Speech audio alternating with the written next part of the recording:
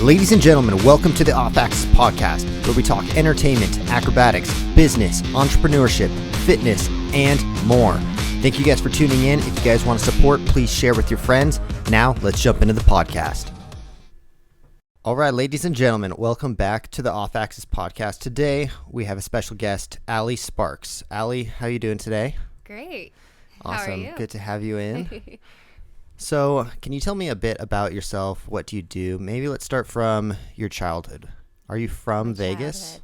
Yes, actually. I was born in Vegas. I moved to Florida when I was 12 with my family. And I just always said I was going to move back to Vegas. I just loved all the lights and entertainment. And my mom was like, graduate college first, and then you could go. And then I did. And right away I came back. Cool. So did you go to school in Florida? Yeah. What part of Florida? Tampa. Tampa. Nice. We just did a Busch Gardens out there like a couple years ago. Oh, I go love there Tampa. all the time. Yeah. Especially like the beaches and stuff. It's so nice out there. Mm-hmm. So yeah. you were born in Vegas and you moved to Florida and you just missed the desert so much. You wanted to come back to it. You're like, I don't like this beach. I want to come back to the hot desert. Yes, absolutely. Yeah, I can see that though. I love the heat. 115 degrees, give it to me. Really? Yes. I can't stand it. Every time I'm really here, mad right now with the cold. Really, when I'm here during like summer, I'm just sitting here like I'm basically living in a microwave oven right now. This is just like not sustainable. There's no trees around. Like, that's what because I'm from LA, so I miss the trees and everything. Yeah. So what did LA's you go to nice. school for? Public health, actually, to be a nutritionist, which I always knew it wasn't really going to happen. Like a normal job just has never interested me. I've always been into entertainment in all forms, but I did it just to have it. Do you have a background in performing as well? Yeah. Is that something you always wanted to do? Yeah, my mom put me into dance and gymnastics when I was 2 years old, like every form of dance. I did competitive gymnastics, and then I went into cheerleading, and I just loved performing so much. And when I went to my first nightclub, I saw go-go dancers, and I was like, oh, wow, I can actually make this into a career. And everything just kind of spiraled after that. Interesting. That was kind of me too. I saw an extreme sports show and I was like, that's what I want to do. Yeah. So how old were you when you saw that? 18. 18? Mm-hmm. Okay. So started kind of blooming a little bit late into the performer world. Yeah. Okay. So was that after you moved back to Vegas or? No, you I went moved to back college. to Vegas at 22, so I started off in Florida with Interesting. performing. Cool. So Yeah. what was like the first show that you got into? I think my very first show was in Miami. It was sort of like a fetish event, I think. It was very like dark, kind of satanic. The DJ I was performing for was like very into that. So there was fire involved. I did my first fire eating performance there, and I was fairly new, so that probably wasn't a good idea, but I did it. And there was like a grinding act that was done on me, so it was very cool. Interesting. Yeah, and that's how my name actually came about for my first show. I told my friend, I was like, I need a stage name. She's like, how about Sparks? Because of the sparks that were seen. So Okay, I was gonna ask. I'm assuming that's not your last name, but that's a cool stage name. yeah. So the grinding act, where they have like a grinder and you're wearing like some sort of metal stuff. Yeah. I've seen that lately. It's becoming quite popular. Yeah, it is. Yeah. Before it wasn't really seen much, but now I feel like everyone's doing it. Have you seen some really interesting ones, like grinding acts? Yeah, I mean, people get really creative with it, with how they go about it. I like when they have a guitar doing it. That's pretty cool. A guitar. Mm-hmm. So they're playing guitar and doing the. No, I don't think so. I think it's like an actual prop that's for it, but it's kind of cool. got It's it. what you visualize from a guitar, like just sparks flying, and then it really happens. Yeah, and how long did it take to get into the fire eating stuff, to where you were proficient enough to do it in a show? Well, I visited Vegas all the time, and when I came here, I think at 19, someone was like, oh, do you want to learn how to fire eat? I'm like, yeah. So I learned it real quick, and then my first show was pretty close to after that. I just mentioned, oh, I could do fire eating, and then they threw me in it. And I've just kind of been self-taught ever since. Interesting. Again, not a good idea, but I'm Yeah. very motivated. So I've never done any sort of fire eating or any of that kind of stuff. Like, it seems pretty dangerous, but everyone makes it look so easy. Like, how it is. how dangerous is that? It's pretty bad. I mean, if you just inhale, you could go to the hospital. And I've done it a couple times by accident. Luckily, didn't go to the hospital, but it sucks. Yeah, because I've seen people's in. faces get burned and stuff, and I feel like it just almost looks too easy. Everyone's like, oh, I could do that. And then... Yeah. And especially when you're having fun with friends. I got drunk one night, very stupid. We were like, let's play with fire. I didn't realize, like, I spilled fuel on my stomach and just totally didn't realize that. And then my prop hit me and I was on fire, and I was just having so much fun and drunk, and I didn't even realize I was on fire till I looked down and I patted off and, of course, had a huge scar. Oh, no. Is it still there? No, I got microneedling done and it got rid of it. Oh, interesting. Yeah. So That microneedling stuff kind of fixes your skin, huh? Yeah. That's cool. Okay, so what year was this about? Was this was before quarantine, I'm assuming? When I got scarred? Yeah. Or when you started doing the performing? Actually. Oh, when I started performing? Yeah. Like 21, 22 is when I heavily got into it. I started doing a lot of music festivals. And then I moved out here and pretty much right away got into shows. Interesting. How did you get into it? Did you know someone already? Did you start submitting resumes? I just started submitting everywhere. And then my first festival was EDC. Oh, that's a big one. No, actually, no. It was Ultra. Ultra was my first festival, and then EDC. Ultra, Music festival. Was it in Florida? Mm-hmm. In Miami. So that was my first. Those are pretty big ones. Yeah. How is it performing at EDC? It's amazing. It's very exhilarating, especially when you get to be on the main stage. Just all of the people that you're looking out to, just all that energy pours into you. And it's like, I feel like I could just go nonstop.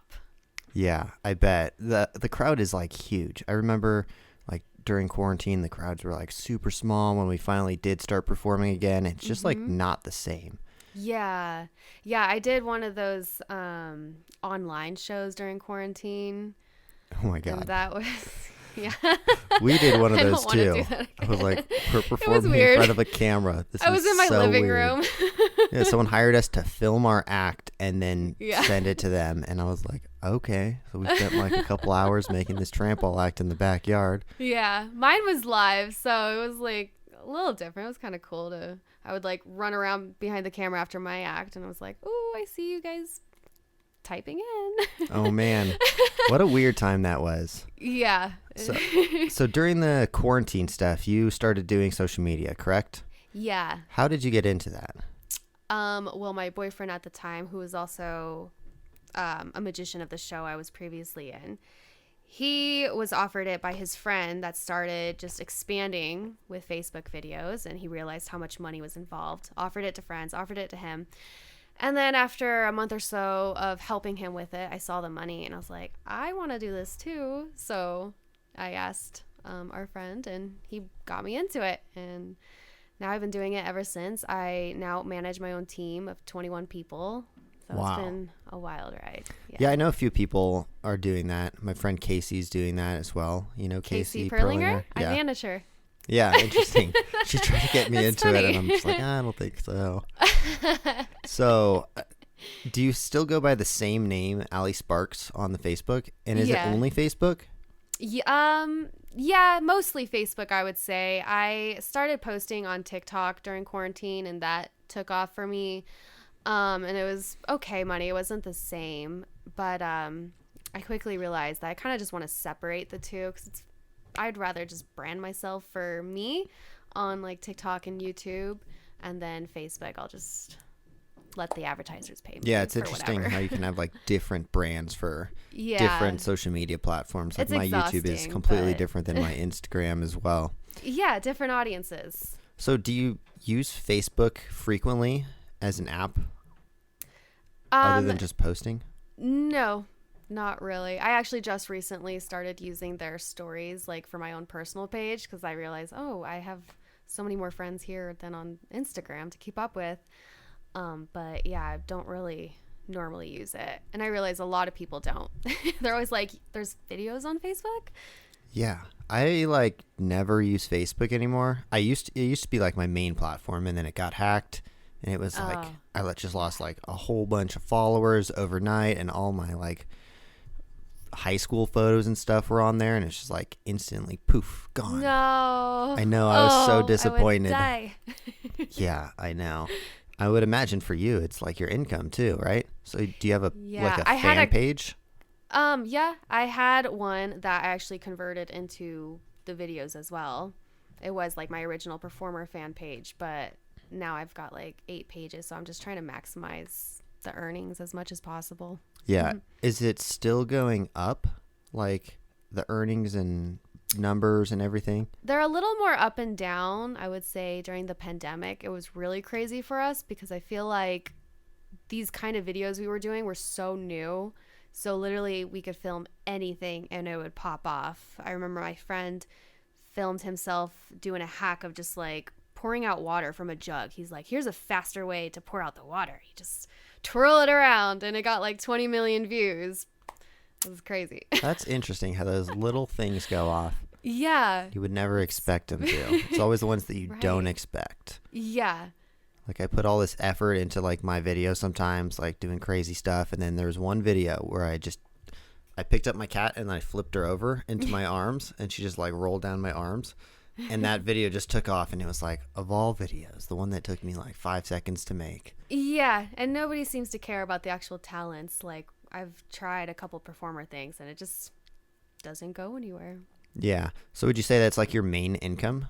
Oh, yeah, absolutely. And so how is it managing all these different people? What are the daily tasks that you're doing? It's a lot. I mean, first, I get tons of messages and phone calls every single day from everyone just needing help with things, some advice on ideas.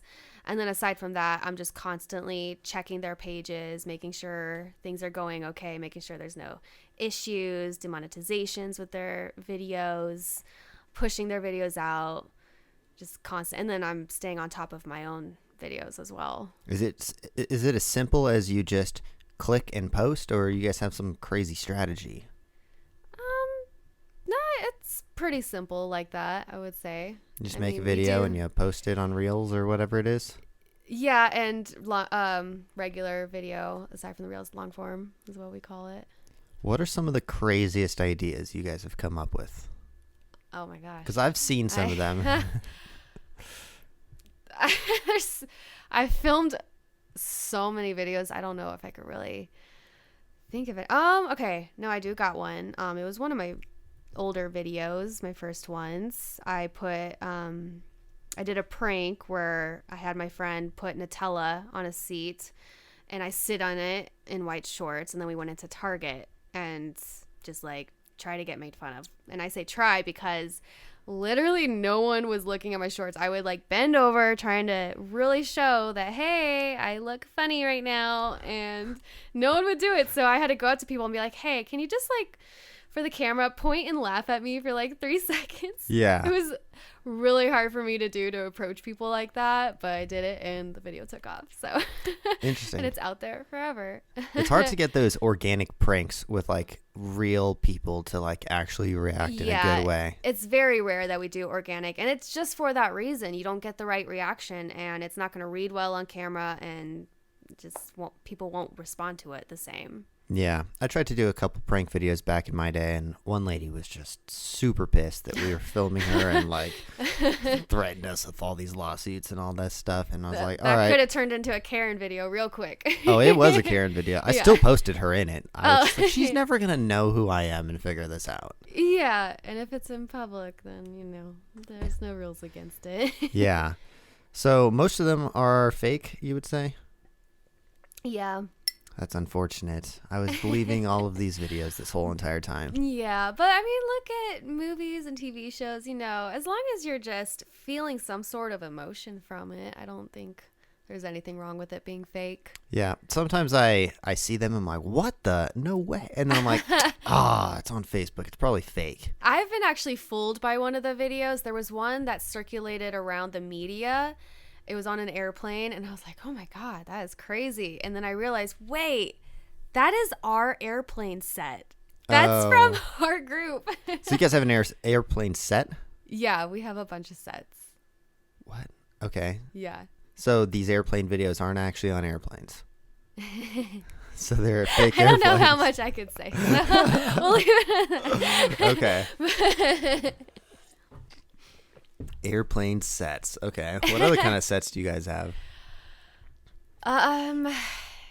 Courtroom, TSA. Courtroom. Interesting. Yeah. How long does it take for someone to get their page rolling to where they're actually making money? It just depends. It depends on the person, really, and their motivation, their time that they could put into it. It could be right when you get monetized, or it could be 6 months. What are the rule sets for getting monetized on Facebook? You need 5,000 followers and 60,000 views. 60,000? Oh, that's not too many. Yeah. Huh. Facebook seems like your videos collect a lot more views than Instagram. Am I right about that? Yeah, I think so. It's weird. It is weird because Instagram's owned by Facebook. Maybe it's because less people are doing it. Yeah, it could be that. I feel like a lot of people have Instagrams, but not a lot of people still use Facebook. Like, it used to be kind of like a mixture of like Twitter and Instagram all together. Mm-hmm. And now I don't even know. I barely look at it anymore. So yeah. You've been doing the social media stuff. Like, it's pretty sustainable though. Like, the income's pretty much consistent across the board. Do you guys bring in sponsorships and stuff as well? We haven't. I think there's been some talk about it, but Yeah, because then if you could get some brand deals, then yeah. I mean, we should, especially for the cooking videos we're doing. We're always like showing cooking the product. videos. Yeah, there you go. Yeah. Yeah, we do all of it. Wow, how full time is this? Again, it depends on the person. For me, it's pretty full time just because I have my team, and I'm always on my phone constantly. It's just around the clock. So Okay, so another one. Has anyone come to you with any horrible ideas and you're just like, no, we can't do that? I wouldn't say horrible ideas. There's just been some, I can't recall, but I've just said, like, I know that's not going to work just because I've been doing it for 3 years. So I feel like I've got a good sense of what will do well and what won't, because there's just like a certain way to go about things. So yeah, I have turned down some stuff, but it's never been crazy bad. Okay, so how many followers do you have on this Facebook platform? I think across everything, like 3 million followers. Wow. One page has 1.2, and the rest are just like sporadically different numbers. And is that all under Allie Sparks? I've got some different names on the others that involve my name, like Sparking Alley. Yeah, do people does that translate over to the other platforms as well? Do your followers come over to the other platforms? I've had some people come to my Instagram. I've had some haters come to my Instagram too. Haters. I recently posted a dance video on my Instagram, and I could tell someone from Facebook came there, and I was like in my dance attire, and she's like, "Oh, it makes sense what you wear in your cooking videos now. So trashy." And in my cooking videos, I dress how I am right now. This, like, I literally wear this kind of thing, just like dresses, and they're like, "Why you dress for prom?" That's interesting. It's a bunch of old people that old people. are Oh, mad. the old people are fooled, I bet. They're completely fooled, and they're just like, this is real. How dare she do that on an airplane? Oh, absolutely. They're like Yeah. calling TSA and stuff. We're like soap operas for them, you know? Like, they're bored of their TV, so now they're on their Facebook. They're like, gotta keep up with the times. Yeah, because when I feel like who's using Facebook, I generally think it's like older people. Yeah. Like, I had a lot of friends on there, but everyone was at least, like, I'm 33 now, so I'm not too young. I don't really know too many people that are, like, 25 and under that are on Facebook, really. Yeah, I don't think anyone is. No. Like, even my sister, she's not on there. Yeah, I don't know anyone that's even really using Facebook at all. What about, like, Twitter or X, whatever you would call it now? Do you use that platform at all? Or is it pretty much really. just I kind Facebook? Yeah, just Facebook. Twitter I haven't really been on in years. I'll go there sometimes to check like the Vegas news. What about the Threads platform? I started to post on that and then it just got boring. And Yeah, that was like a quick fad. Very quick. I recently posted on there. I'm like, is this thing still existing? Yeah. Did you get worried when they came out with that platform? Like, oh, they might move all of their like eggs into this basket and Facebook might dissolve or something.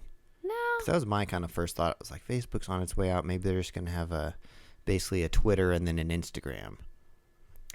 No, I don't think Facebook will ever go away.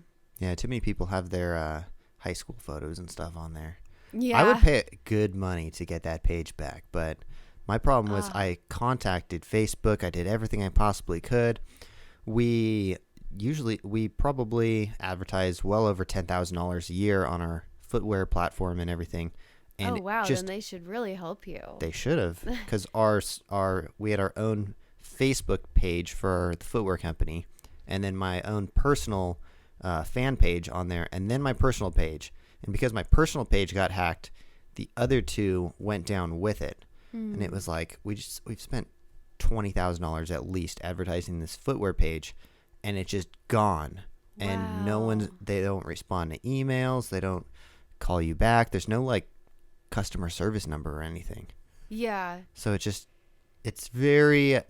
when I kind of was like, maybe I should stop putting like money into this Facebook and social media stuff, because it could literally vanish in a thin air. Yeah. And I know a lot of Very people scary. have been hacked before as well. Have you ever had any of your pages get hacked? No, I haven't. Hopefully I didn't curse it. Knock on wood. Yeah. I did get my Instagram randomly taken away. Like I was just suddenly kicked out of it. And I don't think they ever gave a reason. I think it just said, oh, you're locked out of your account. I made a post on Facebook, and one of my friends, her mom happened to work for Facebook and had some friends with Instagram and was able to get it back from me. I was like, oh That's my God, awesome. Thank the gods. Yeah, I'm Yeah. currently employing someone at our SeaWorld show. Nicole, she worked for Facebook. She actually quit Facebook to work for Off Axis. Oh, cool. Better benefits and everything. I'm just kidding. But now I'm like, all right, cool. At least I know someone there. And my Facebook got hacked like a couple weeks ago again, like my new one with like no followers on it. And I'm like, this is just annoying now. Like, do you have the two-factor thing? I do. And it still got hacked? It did.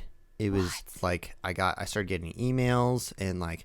Oh, they're getting smart with it. I don't even know, because it was overnight. I didn't click on anything. Oh, no. Like, I've been so careful. Like, whenever someone sends me a Facebook message with any sort of link, I'm like, sorry, I'm not clicking that one. Yeah. But I get those all the time. People always try to pretend to be Facebook and will like send and say your page is going to get taken down. Yeah, all the time. They're Or like I'll so get Facebook ad emails like, oh, this is, your ads account is going to get taken down. Yeah. But yeah, I don't know if I was like targeted or what it was, but it was just like out of the blue. It said like I had all these like, I think it said like child abuse posts. Like I posted 42 in an hour, and then it was like, oh, come on, that's obviously a hack. And then I thought, well, they'll for sure like, reactivate it, and nope, nothing. No responses for an entire month.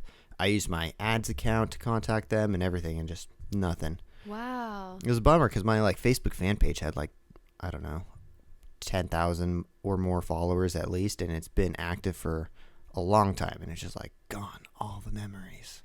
Wow. Yeah. And That's I would use wild. kind of Facebook as like a photo album too, I'd just post things, and then if I ever needed them, I would just go back in there. But anyways, so moving on, you did a magic show. Yes. On the Strip. Mm-hmm. What was it called, and how was it? At first it was called Xavier Mortimer's Magical Dream, and then we rebranded in our final years to Xavier Mortimer the Dream Maker. And it was absolutely the best experience of my life. I mean, who else can really say they were a co-star on the Strip in a Vegas show? Like, it was so amazing. Yeah, what year did you start that? What year? Let's see. It was 6 years. So 2016? Was he your boyfriend and then he got the show, or did he have the show and then He had the show. He had it for like 8 months. I was actually in another show that was next door to his at the time. Like, the theaters were right across from each other. I was in a comedy and burlesque show. And he came to our press night because he knew our producer. And he was like, "Oh my God, you were so amazing. I have a show too. Come see it." He gave me his number and I tossed it. You tossed it? I did. How rude. Yeah. And then my producer said that he was looking for a fill-in for his show for the girl that was in it. And I was like, "Ooh, I'm interested now," because I was just trying to do all the things. And I went and saw it and I was like, "Wow, this show's really amazing." Thought he was cute. So I started rehearsing to be a fill-in. And I got in the show in a week. Like, I only had 1 week to learn the show, and it was absolutely crazy because there's so much to learn, so many details. And got in the show, kissed him that night. In the show? No, after, as we were celebrating, and yeah, the rest was just history. The girl that was in it, after 3 months, she decided she didn't want to do it anymore, so I became the main, and yeah, I was doing it ever since. Didn't have a fill-in for me because it was really hard to find someone for that role. There's a lot involved. Yeah. How long was the show? An hour and 15 minutes. Hour and 15 minutes. That's a pretty good show. And how many people were in the show? Is it mostly just him me and him? That's it. Or actually, we did add in a character later on. His name was Hypnos. He was kind of like a stagehand in this like cool. I made the costume for him. He was like in a cool steampunk-ish jacket, mask that kind of looked like Jabberwockies. Really cool. He was kind of like a mime jokester that appeared every now and then for different parts. That's interesting. Yeah. So, like, is it illusions kind of stuff? Yes, big illusions. Big illusions. Mm-hmm. And he's also a musician.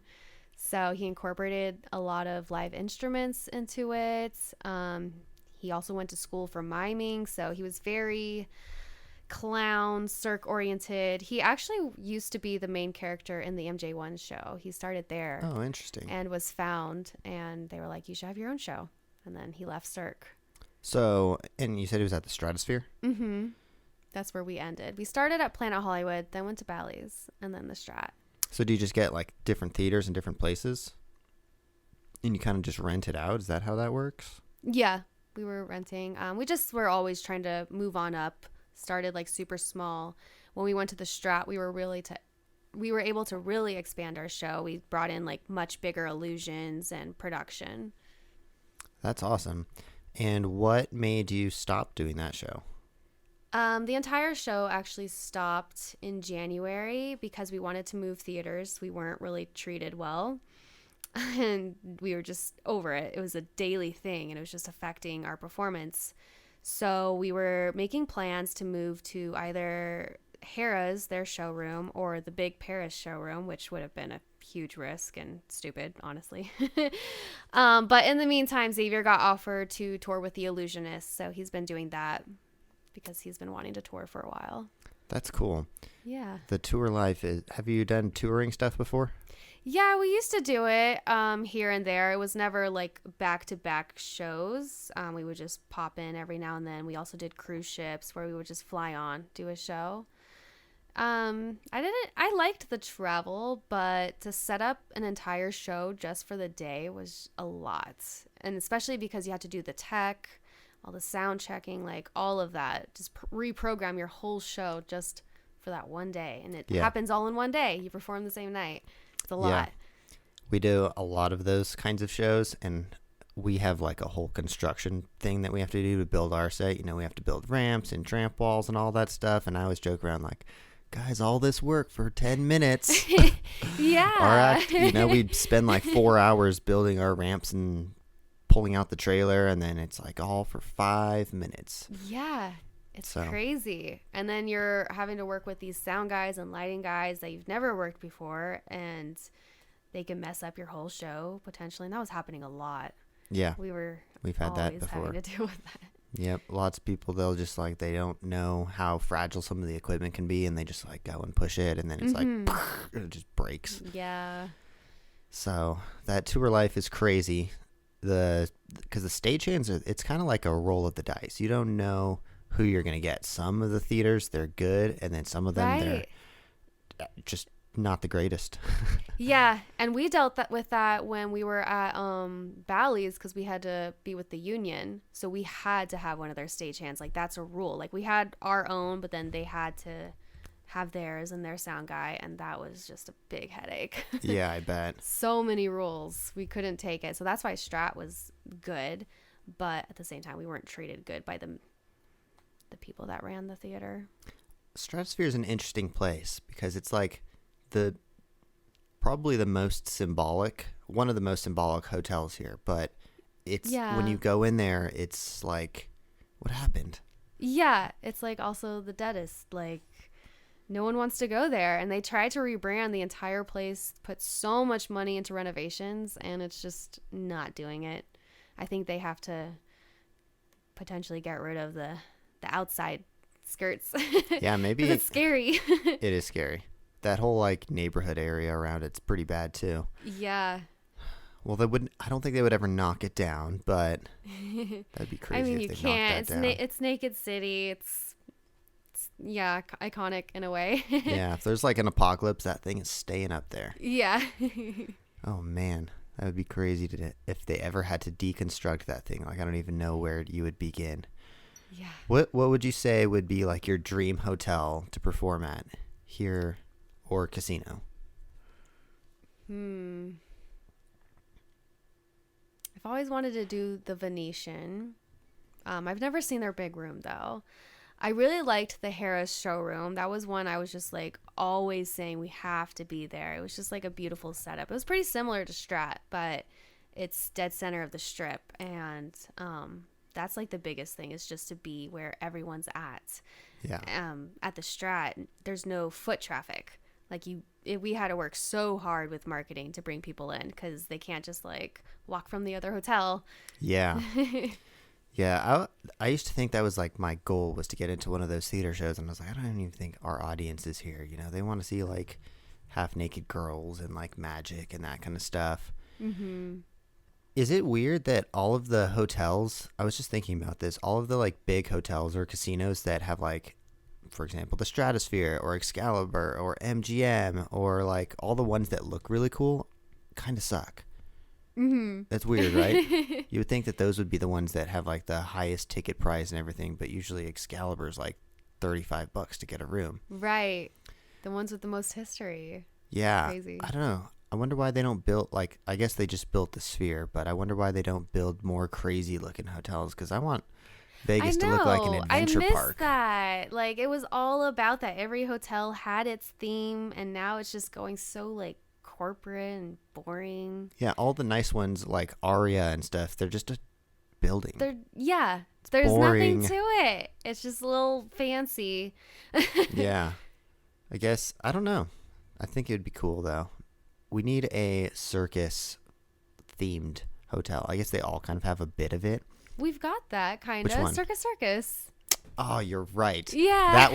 That one's horrible too. That one's bad. I still have my love for it. I go to the Adventure Dome every now and then still, and it's great because no one goes there, so we're just like constantly going on the rides. Okay, they need a new circus place, because that I forget about that one. They should have a more modern one, maybe. Yeah. But it is cool. They have their free circus acts, which are, I saw a clown doing like some of the most basic magic tricks. And I was like, oh, we sell that as our merch. That's interesting. So what's some stuff that you're working on now? Is it mostly just the social media stuff? Is there any goals that you have that you're working towards? Yeah, I've been focusing a lot on the social media, putting a lot more time into it than I have been, but I feel like now I've had my break from the performing. It's been almost a year, so I'm trying to slowly get back into it, maybe come up with my own acts. I'm training in lyra. I've always had this like illusion in mind with it where it's just simple. I just like appear out of smoke on the lyra, but That'd be cool. there's just like a lot I have in mind that I want to make happen. Maybe get back into burlesque because I did that for a very hot minute before the show. So Yeah, is there a like a burlesque girl that does magic, or is there any shows like that out there yet?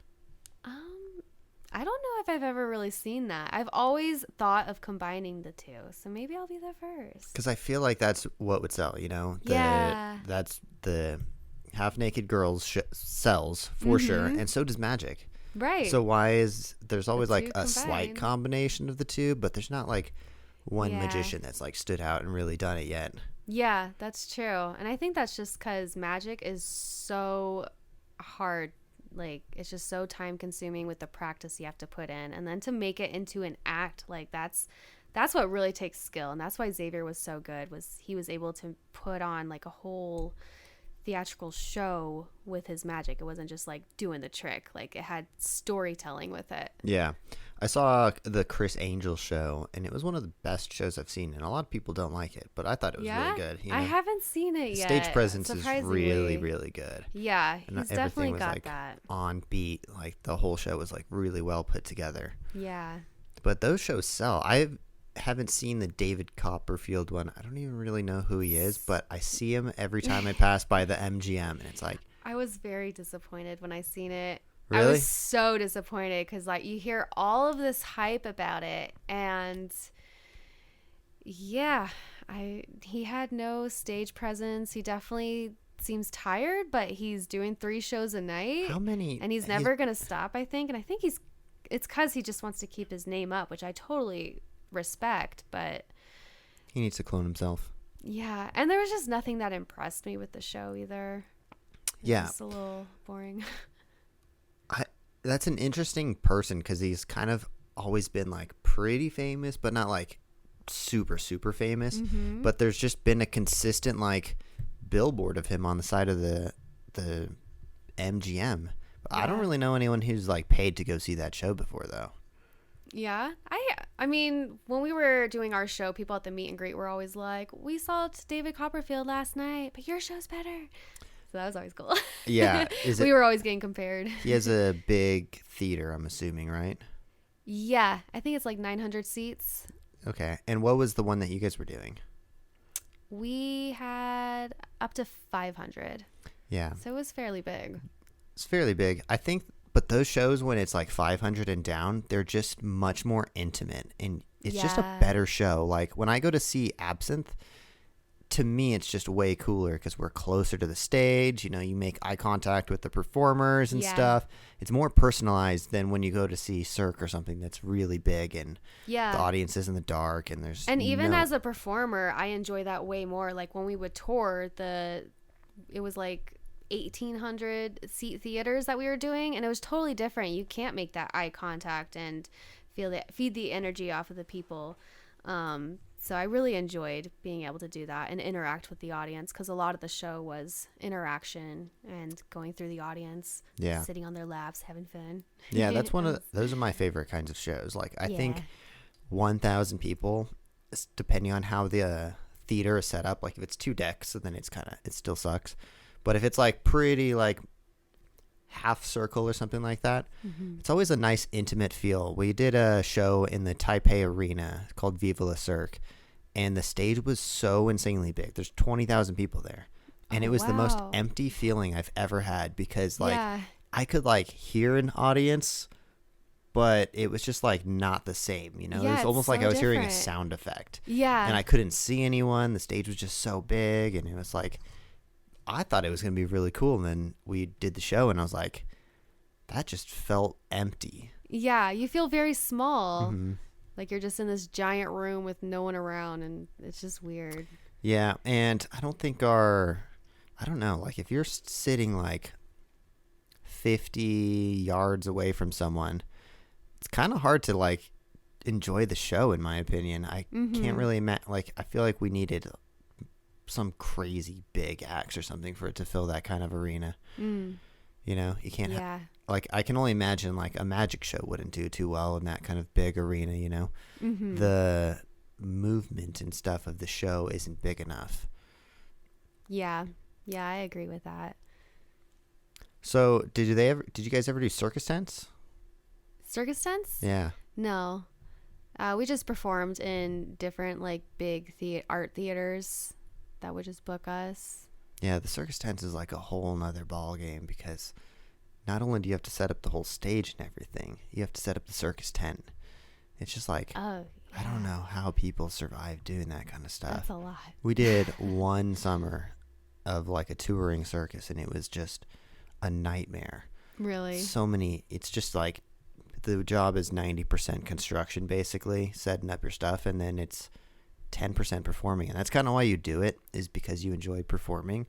But when it's just overwhelmed by that much other stuff of just building, screwing stuff in, it kind of sucks. Yeah, that's tough. I mean, especially if you're doing it in the same day, which we were when we would set up the show. Like, you're just exhausted and you get like 20 minutes to just put your makeup on. There's no resting or anything. It's like, all right, almost showtime. Let's go. Yeah. Right when you're done. So you're pretty business savvy when it comes to the performing and stuff. What are some like tips and stuff you would give to beginner performers? How to get into shows? How much of their time should they designate towards their performance versus making sure there's income coming in? Well, I would definitely say practicing daily is very important. Daily stretching, daily practicing your moves, your tricks, and coming up with your acts, working on little routines, even if it's like 5 seconds. Just try to find your flow and what makes you unique. That's a big thing, is just being unique from others in any way, even if it's like the smallest thing. And then creating videos that you could just have out there ready to go to submit. And networking is also a huge thing, especially now. I feel like it's a lot of who you know rather than just submitting. Yeah. I've always had this rule since I moved to Vegas that anytime someone invites me out somewhere, as long as I don't have something to do, I will go. Just because of the networking. You never know when you're going to meet someone. And like, I would almost say all of the shows that I have are from meeting someone at like a party or I guess social media or something like that. Yeah, exactly. So getting out there and putting your name out there is big. A lot of people just go to the gym and then that's all they do. Yeah. And then they're wondering why they don't get shows. It's because no one. Yeah, I mean, who are you going to talk people. to at the gym? Everyone's focused. Yeah. You always see those people that are like so talented. You're like, who's that guy? Where did they come from? Yeah. So social media, something you would say to work on, I would say. Absolutely. That social media, we all should take advantage of it. I mean, no matter how you feel about it, it's the generation we live in. So just use it and use it to your advantage. It is the greatest marketing tool, I would say. Yeah. Do you guys ever dive into Facebook ads? We did for our show, yeah. Facebook ads. Mm-hmm. What about for those reels and stuff? You guys don't do any advertising or anything? No. Just all organic. I don't think we would be able to monetize if we did. I think what you pull in from the ads, like, it won't count for money. But not just to get a page started? Mm-mm. Interesting. So when you do you guys, I'm assuming you guys probably all like share each other's videos maybe? Or you just post and hope? Yeah, it's mostly just posting. Man, there's way less strategy than I thought there was into this. I mean, there's a little bit, but there's stuff I can't really say, NDA. The secret stuff. Yeah. Okay, so anything else you want to talk about before we wrap this up? No, unless you have anything for me. No, I think we're good. Talked about all the social media stuff. That stuff is super interesting. Yeah, it's fun. Co-starring in a show, that's awesome. Yeah, not many people can say they did that. I know, and I'm pretty sad that it's like all over. It's crazy. That was my life every single day. We did 7 days a week. That's a lot for 6 years. That was literally my life. But now I'm just like, okay, well, I got to close a chapter and move on and do something else. You can't stay in the same thing forever. Yeah, then you get complacent. Yeah, and I always kept thinking that. I was like, oh, I should start doing something else, find someone to take my role. And it was so hard to let go of because I built my character. I created the dress and a lot of the lines, the acts that I did. it was really hard to let that go. And then the universe was like, well, we're going to force it on you. Yeah, I bet. That's kind of how I feel about my show. Like, I MC the show and do all this stuff, and I'm like, I want someone else to replace me, but it's so hard to let go of that role. When you built it, yeah, that's the hardest part. It's like your baby. Yeah. Like, how can you give that to someone else when they didn't create all of that? It's weird. So where can everyone find you at? Everywhere. TikTok, Everywhere. Instagram, Allie Sparks on Facebook, everything? Allie Sparks. Yeah. Cool. I'm going to check out some of these videos after this. Well, I want to thank you guys for tuning in. This is Allie Sparks. We will see you guys the next one. Make sure you guys subscribe. Bye-bye, everyone. That concludes this episode of the Off Axis Podcast. If you guys found value in this, please consider sharing with your friends. Also, subscribe, and we will see you guys in the next episode. Bye, everyone.